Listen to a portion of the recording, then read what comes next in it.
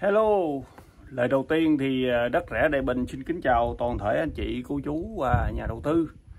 Thì một người nghệ sĩ, một cái diễn viên mà để cho mình có một cái vai xuất hiện trong một vài phút hoặc một cái vở tuồng nó 20-30 phút như của anh Chí Tài, Hoài Linh này nọ, hoặc là của anh Văn Sơn, Bảo Liêm này nọ, chỉ 20-30 phút thôi. Nhưng mà các anh phải tập vợt thường xuyên, phải vợt hàng ngày để một cách nhân nhuyễn, để có một cái vở tuồng tốt để phục vụ cho khán giả.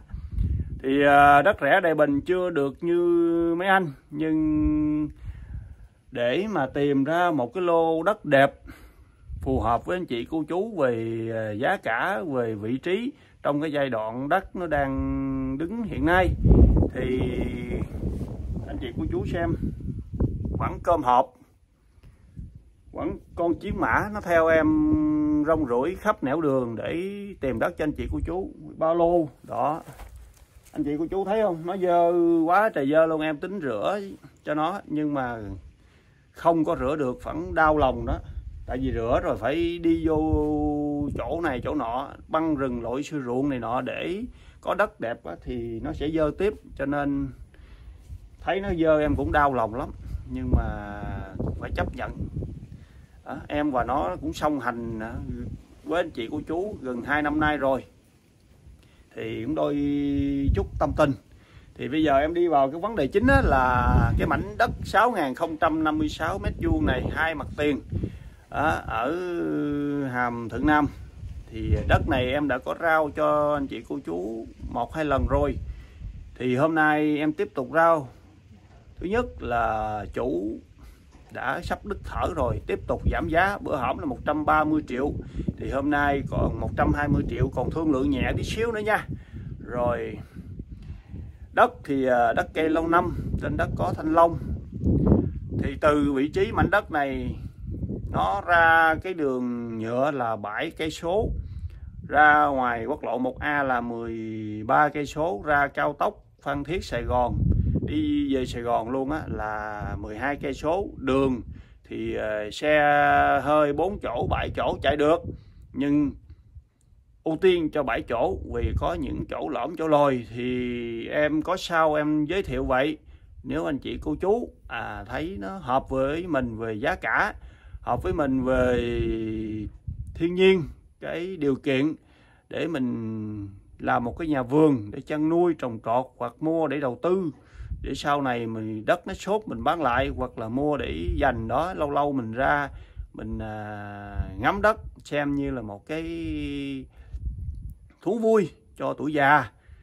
Thì thực tế như thế nào thì em mời anh chị cô chú cùng với em, mình sẽ lang thang vào khảo sát cái mảnh đất cũng như những cái gì xung quanh đất nó có, dân cư như thế nào, điện nước như thế nào đó. Thì để có một cái clip 10-15 phút một cái mảnh đất như thế này thì em cũng phải tranh thủ chạy cả ngày, đôi khi là phải 2 ngày mới tìm hiểu cặn kẽ nó, rồi mới quay, mới ghi hình gửi đến với anh chị cô chú.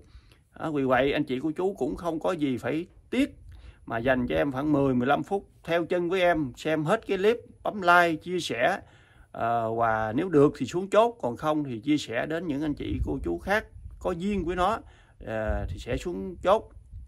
Chủ thì được tiền trả nợ ngân hàng, anh chị cô chú có một mảnh đất đẹp và Đất Rẻ Đại Bình có một tí xíu lọc lá để duy trì cái cuộc sống ở cõi trần này, thì thật sự là cũng đang ở nhà trọ thế gian. Còn 46 năm nữa để trả nhà trọ, mà 46 năm đó không làm chắc chắn không có tiền rồi. Vì vậy anh chị cô chú xem, vừa ủng hộ clip mà vừa tìm cho mình một cái mảnh đất tuyệt đẹp. Còn bây giờ em mời anh chị cô chú cùng với em sẽ đi khảo sát nha.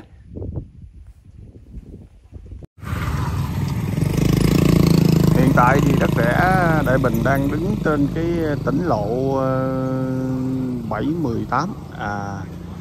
Thì từ ngay vị trí em đứng đi ra ngoài quốc lộ 1A là 6 cây số, ra ngoài đường cao tốc Sài Gòn Phan Thiết là 5 cây số. Và từ cái vị trí ngã ba theo đường đá đỏ này thì mình vào đất là nó khoảng 7 cây số. Đường xe ô tô 4 chỗ 7 chỗ đều chạy được hết nha. Nhưng mà mình đi 7 chỗ thì nó tốt hơn nha anh chị cô chú. Còn cái hướng ngược lại á, là mình về các xã Hàm Thạnh, Hàm Cần, Mỹ Thạnh, Mương Máng, Phan Thiết luôn. Cái hướng này mình đi vòng ngược xuống Phan Thiết luôn nha. Đó. Rồi bây giờ em mời anh chị cô chú cùng với em mình theo cái đường đá đỏ này nè, mình sẽ vào đất. Thì từ đây vào đó là 7 cây số. Thì có sao em quay vậy để anh chị cô chú thấy rõ được cái đường đi nước bước của cái vị trí mảnh đất em chia sẻ. Thì nếu nó thích hợp, phù hợp với tiêu chí của mình về giá cả, về vị trí thì hãy liên lạc với em qua số điện thoại 0703 431 475.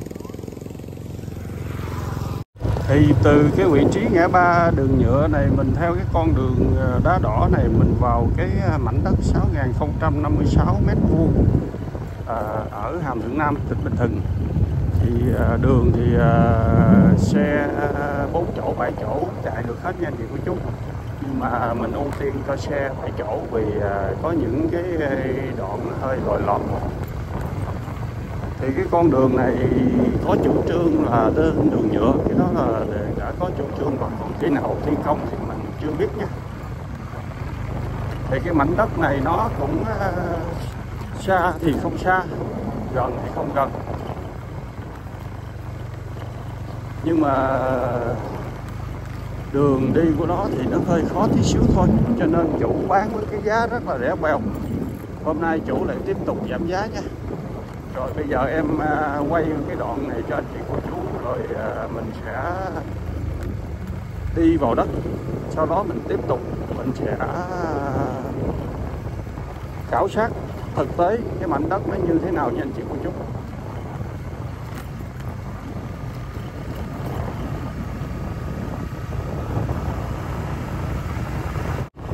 Đây vào cái đường này thì xe hơi 4 chỗ 7 chỗ chạy bình thường nha. Nhưng mà mình ưu tiên cho 7 chỗ nha anh chị cô chú, để có những chỗ nó hơi lồi lõm á, mình chạy cái gầm cao cho nó tốt.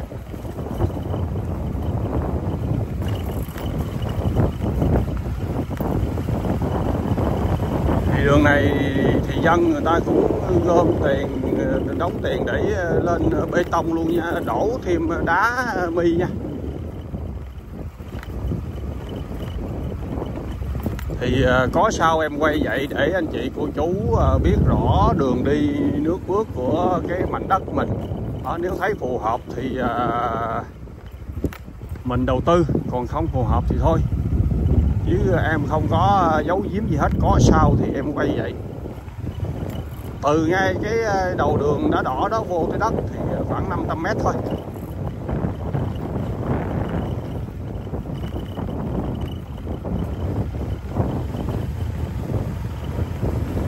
Đường thì rộng, xe chạy vi vu.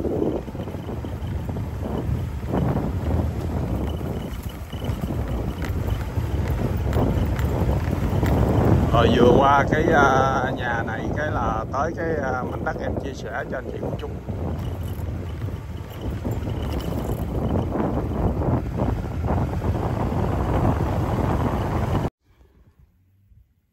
Đây anh chị cô chú, ở cái con đường ngay cái mảnh đất 6.056 m, hai mặt tiền ở Hàm Thuận Nam đây anh chị cô chú. Thì xung quanh của mảnh đất này đó thì anh chị cô chú thấy cái vườn chuối này nè, bữa hổm em quay cho anh chị cô chú một lần hồi nay là nó lên thấy rất là đẹp không đó. Và cái mảnh đất em chia sẻ đến với anh chị cô chú á, nó nằm giáp ở đây nè. Đây, ngay cái vị trí này đây. Vậy mà vui lắm anh chị cô chú, cái mảnh đất nó hai mặt tiền vậy á, mà trong sổ nó không hiển thị đường mà nó hiển thị đường bên kia kìa, vui lắm. Vì do này là sổ cũ nha, cho nên đường này là đường nhà nước hết nha anh chị cô chú. Đường nó thông qua các thôn khác luôn đó, cho nên mình yên tâm nha. Ở đây nhiều khi sổ sách nó cũng tiếu lâm lắm. Đó thì cái mặt tiền đường thứ nhất nè, thì là khoảng 60 mấy 70 mét nha anh chị cô chú. Đó, ngay chỗ cái vị trí ngã ba này nè. Đó, mình đi lên đến đây là khoảng gần 70 mét. Thì dân cư ở đây là rải rác, cứ cách 50 mét 100 mét là có một cái hộ dân nha anh chị cô chú. Nó không đông như Quân Nguyên nhưng mà dân cư thì vẫn rải rác 50 mét 100 mét là có một hộ dân. Thì điện nước thì điện ở đây mình xài điện người ta kéo, mình xin vô mình xài nha. Đó. Rồi nước thì ở đây mình xài nước khoan. Trên đất nó có thanh long nha anh chị cô chú. Thì thanh long dạo này nó có giá trở lại rồi, người dân người ta ít bán đất lại anh chị cô chú ơi. Đây là những cái mảnh đất mà chủ hết khả năng trả nợ ngân hàng cho nên buộc phải bán. Thì đất này là 2 mặt tiền. Đó, mặt tiền thứ nhất là khoảng 70 mét, mặt tiền thứ hai gần 90 mét, nhân lại là 6 sào hơn đó. Thì hôm trước em rao là 130 triệu một sào. Nhưng mà hôm nay thì chủ thở oxy chịu hết nổi rồi. Muốn bán nhanh hơn nữa thì giảm xuống còn 120 triệu một sào nha. Đó, 120 triệu một sào. Thì còn thương lượng giảm chút lọc lá 5-10 triệu nữa, giảm chút lọc lá cho hai bên nào cũng có cái vui riêng để dễ làm ăn nha. Đó. Bên đây nè anh chị cô chú thấy không? Thanh long bây giờ là có giá, người ta chăm sóc rất là kỹ, rất là tốt. Đó. Thì vườn thanh long này bây giờ mình về là mình làm để thu hoạch thôi. Cỏ này người ta cắt rất là đẹp luôn. Đó. Đâu đó rõ ràng hết. Ở chiều mặt tiền thứ hai là khoảng 90 mét nha anh chị cô chú. Đường là đường ô tô 4 chỗ 7 chỗ đều chạy được hết, nhưng mà mình ưu tiên cho 7 chỗ nha. Đất rất đẹp. Đó, vuông vức, sổ 2 mặt tiền. Giá thì chỉ có 120 triệu một sào thôi. 6 sào 056 nhân cho 120 thì khoảng 720 triệu anh chị cô chú. Đó thì giảm bớt lọc lá 50 triệu nữa thì khoảng 701 là chủ bán nha. Sổ sách bên nào nấy lo. Thì bên em sẽ hỗ trợ cho anh chị cô chú cái việc mà đi làm sổ này nọ. Thì nếu mà anh chị cô chú không có thời gian mà đi làm sổ thì cứ giao cho bên em sẽ hỗ trợ. Thì cái việc nhận sổ đó là bên em nhận 3,5 triệu để mà hỗ trợ anh chị cô chú nha. Đây mặt tiền phía sau là cái ranh vách phía sau nha. Anh chị cô chú thấy thanh long rất là đẹp luôn. Thì với cái vườn thanh long này thì nếu mà anh chị cô chú mà trồng trọt mà chăm sóc tốt thì có thể là thu về 8 tấn đến 10 tấn một vụ. Mà nếu mà thanh long có giá 12 đến 15 ngàn thì một vụ như vậy anh chị cô chú kiếm 7-80 triệu. Đó. Thì thanh long 3 tháng là một vụ nha anh chị. Đó. Mình muốn chạy điện lúc nào mình chạy. Trên đất thì nó có luôn cái nền nhà rồi, chủ đắp sẵn rồi nhưng mà không có xây nhà đó nên cỏ nó mọc tùm lên, chứ còn trên đất có cái nền nhà luôn. Điện thì đi ngang đất mình luôn, có sẵn điện xài. Thanh long chăm sóc rất tốt. Đó, đất cao ráo. Còn ví dụ ở đây anh chị cô chú mà không trồng thanh long, mình có thể phá thanh long mình trồng chuối, trồng dừa, tùy thích gì trong đó, miễn nó là đất của mình nha. Đây cái nền nhà đây nó bằng thẳng qua bên kia luôn. Đó, chỗ này là cái nền nhà nha, nhưng mà cỏ nó mọc thì về mình phải cắt. Ở thanh long anh chị cô chú thấy không, rất là đẹp, chủ chăm sóc rất là đẹp. Đó, rồi em ra cái mặt tiền thứ hai. Thì hy vọng cái lần rau này thì Đất Rẻ Đại Bình sẽ tìm được khách hữu duyên. Những khách mà đã xem rồi nhưng mà lưỡng lự chưa xuống chốt thì hôm nay xem tiếp và có thể là xuống chốt luôn. Hoặc là những anh chị cô chú khác mà chưa biết mà bây giờ biết, mà thấy mảnh đất này phù hợp xuống chốt luôn. Nói chung nhiều cách chốt cỡ nào cũng được. 120 triệu một sào, bớt thêm 50 triệu lọc lá. Đó, phía đây là nhà của người ta nữa nè. Là cứ cách 50 m 100 m có một căn nhà. Đây ngay cái cây nhỏ nhỏ này anh chị cô chú chạy thẳng qua bên kia là cái ranh, còn cái đám cỏ này là cái nền nhà. Khi nào mình mua mình đầu tư rồi mình có thể cắt nhà ngay chỗ này, nhà mặt tiền luôn, chỗ này cũng được, hoặc mình cắt ngay cái ngã ba cũng được, nhưng mà tốt nhất là mình né ngay ngã ba ra. Đó Đường là xe các loại, xe hơi, xe trâu, xe bò, xe tăng gì chạy được hết nha. Đó, xe tải nó chạy thường xuyên vô để lấy thanh long. Đất rộng, đẹp, vuông vức, đường rộng, đẹp. Giá mà thì giá bèo nhất thế gian luôn. Chủ cứ năn nỉ em bán giá cao, em nói không, bây giờ muốn bán nhanh, bán lẹ, bán gấp thì phải giảm giá. Đó. Thì bây giờ chủ cuối cùng cũng bấm bụng, gạt lệ chia ly, tiễn bước cái mảnh đất này đi với cái giá 120 triệu, tìm khách mới hữu duyên để chủ giải thoát được cái ngân hàng, đầu óc cho nó nhẹ nhàng để mà làm ăn những cái vấn đề khác. Chứ còn bây giờ chủ thôi thóp rồi. Đó, ra ngoài tới kia thì đất rẻ Đại Bình, có sao nói vậy người ơi, không có giấu giếm gì cả. Sổ này thì cũng sổ cũ, không có hiển thị đường này nhưng mà hiển thị đường bên kia. Nhưng mà thực tế là đất này hai mặt tiền đường, tìm không ra nha. Hai mặt tiền đường mà giá thì bèo nhèo luôn. Từ đây ra ngoài lộ nhựa là 7 cây số là đường đá đỏ. Thì cái đường đá đỏ đó cũng có cái chủ trương lên nhựa rồi. Thì như vậy từ đây ra nhựa sau này khoảng 500 m thôi. Ra ngoài cao tốc đi về Sài Gòn luôn là có 12 cây thôi. Đó, đứng ngay chỗ này nè, ngay chỗ bao quát này nè. Đó, anh chị cô chú nhìn xung quanh là có nhà hết, 50 m, 100 m có nhà hết. Ở ngày xưa mấy ông quân sư thường là ở trong núi ra không rồi đó, mà trong núi ra là gặp được cái Minh Quân là thành lập một cái đất nước. Ví dụ như mà Khương Tử Nha, ông ngồi câu cá bên sông Vị, ông chờ thời ông gặp được Cơ Xương là ông phò Cơ Xương thành lập được nhà Chu. Sau này Trương Lương gặp Lưu Bang thành lập lên nhà Hán. Đó. Rồi ở Việt Nam mình có thời Trịnh Nguyễn phân tranh, có La Sơn phu tử Nguyễn Thiếp, phò Nguyễn Huệ thành lập nhà Tây Sơn. Đó. Bây giờ anh chị cô chú thử vận của mình rồi mua về đây ở trong rừng thử ơi, rồi sau này mình có lập một cái nhà nào nữa không, cái này nói vui nha, nhưng thực tế cái mảnh đất rất đẹp. Đang chờ đợi anh chị cô chú hữu duyên, những người mà có tầm nhìn xa và rộng mua mảnh đất này để dành. Đó. Rồi lâu lâu xuống quan sát ngắm nghía cỏ cây chơi. Đó.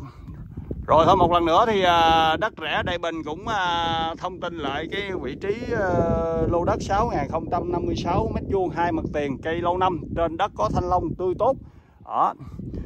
Giá chủ thu về rẻ bèo bọt, 120 triệu một sào, tính ra là 720 triệu, giảm chút lột lá 50 triệu nữa. Rồi hãy điện ngay cho em qua số điện thoại 0703 431 475 để được hướng dẫn xem đất và chốt luôn. Cái này là giá nó sát đáy rồi nha anh chị cô chú. Xin chào và rất mong gặp lại.